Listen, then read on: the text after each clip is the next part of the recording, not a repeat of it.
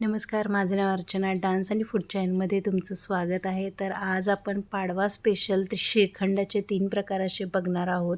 आणि पारंपरिक पद्धतीने पाडव्याला श्रीखंडाचाच मान असतो असं म्हणलं जातं, म्हणून आज आपण श्रीखंडाचे 3 प्रकार एकाच बॅटरपासून बनवणार आहोत आणि मस्त अशी पुरीसुद्धा आपण बनवणार आहोत. तर त्यासाठी लागणारे साहित्य बघूया. मी अशा पद्धतीने एक डबा आणि चाळण घेतलेली आहे, यावरती सुती कापड टाकलेलं आहे आणि या पद्धतीने मी अर्धा लिटर दही घेतलेलं आहे. तर तुम्ही घरी लावलेलं दहीसुद्धा घेऊ शकता, पण मी पॅकेटमध्ये होतं म्हणून मी पॅकेटचं दही घेतलेलं आहे. आता हे काय करायचं आहे, दही आपल्याला बांधून ठेवायचं आहे, म्हणजे छान असा याचा चक्का तयार होतो.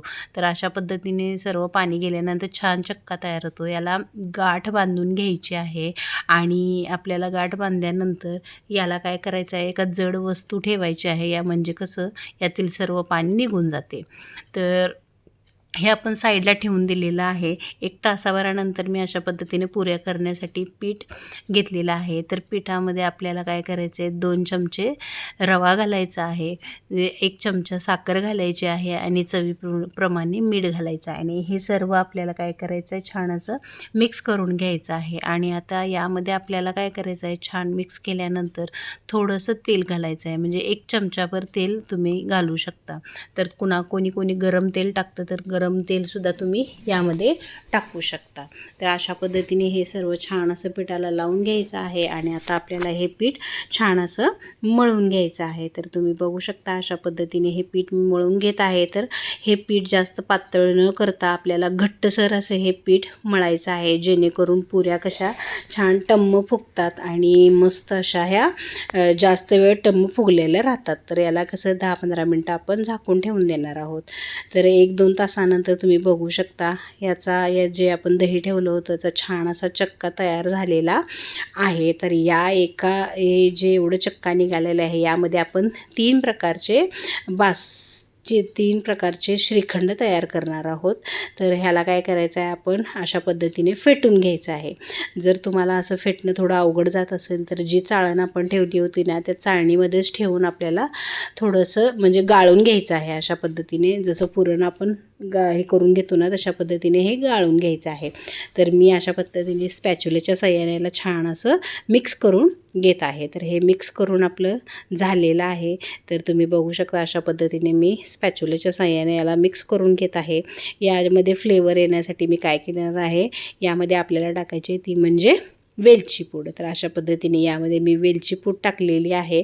आता यामध्ये आपल्याला टाकायचं आहे ते म्हणजे साखर. तर अशा पद्धतीने मी 4 चमचे साखर यामध्ये टाकलेली आहे. तुम्ही तुमच्या आवडीनुसार साखर यामध्ये ॲड करू शकता. आता हे वेलची पूड आणि साखर आपल्याला छान अशी मिक्स करून घ्यायची आहे, म्हणजे जेणेकरून साखर अशी थोडीशी कणी राहिली नाही पाहिजे. मी साखर मिक्सरला बारीक करून घेतलेली होती आणि मगच यामध्ये टाकलेली होती.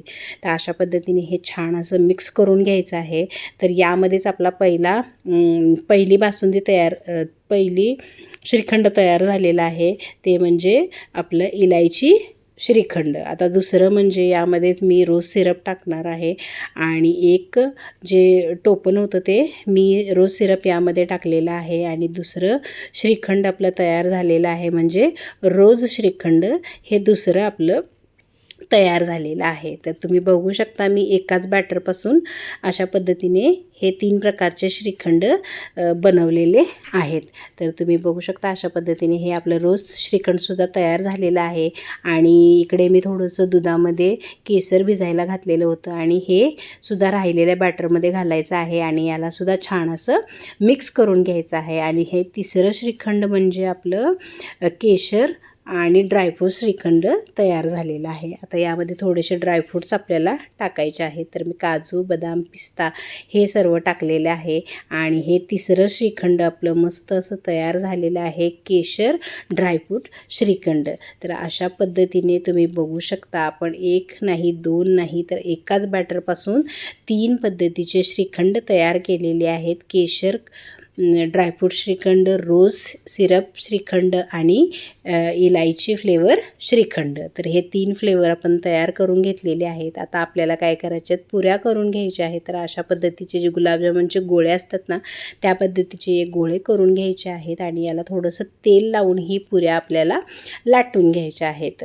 आपल्याला पीठ नाही लावायचं आहे, तर तेलानेच ह्या छान अशा लाटल्या जातात. तर अशा पद्धतीने तेलाने आपल्याला ह्या लाटून घ्यायच्या आहेत. तुम्ही बघू शकता लाटण्याला बिलकुल चिटकत नाही आहे. तर अशा पद्धतीने हे थोडंसं तेल लावून घ्यायचे आहे. तेल इकडं छान गरम झालेलं आहे आणि पुरी टाकलेली आहे. तर तुम्ही बघू शकता किती मस्त अशी टम्म ही पुरी फुगलेली आहे.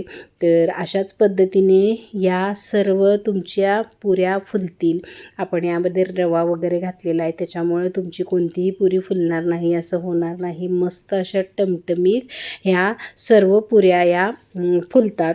तर तुम्ही बघू शकता अशा पद्धतीने आपल्याला झाऱ्याच्या सहाय्याने वरच्या बाजूला तेल टाकायचं आहे आणि अशा पद्धतीने या पुऱ्या आपल्याला फुलवून घ्यायच्या आहेत. तर तुम्ही बघू शकता अशा पद्धतीने मस्त अशा फुगलेला एक 7-8 पुऱ्या मी तळून घेतलेल्या आहेत आणि या सर्व पुऱ्या या मस्त अशा टम्म फुगलेल्या आहेत. तर या गुढीपाडव्याला तुम्ही या पुऱ्यांची आणि श्रीखंडाची रेसिपी ट्राय करू शकता. खूप छान होते, मस्त होते.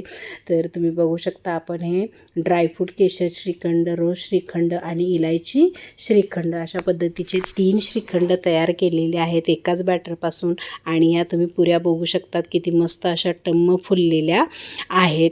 तर अशा छान छान रेसिपीजसाठी माझ्या चॅनलला लाईक करा, शेअर करा आणि सबस्क्राईब करायला विसरू नका. भेटूया नेक्स्ट रेसिपीमध्ये.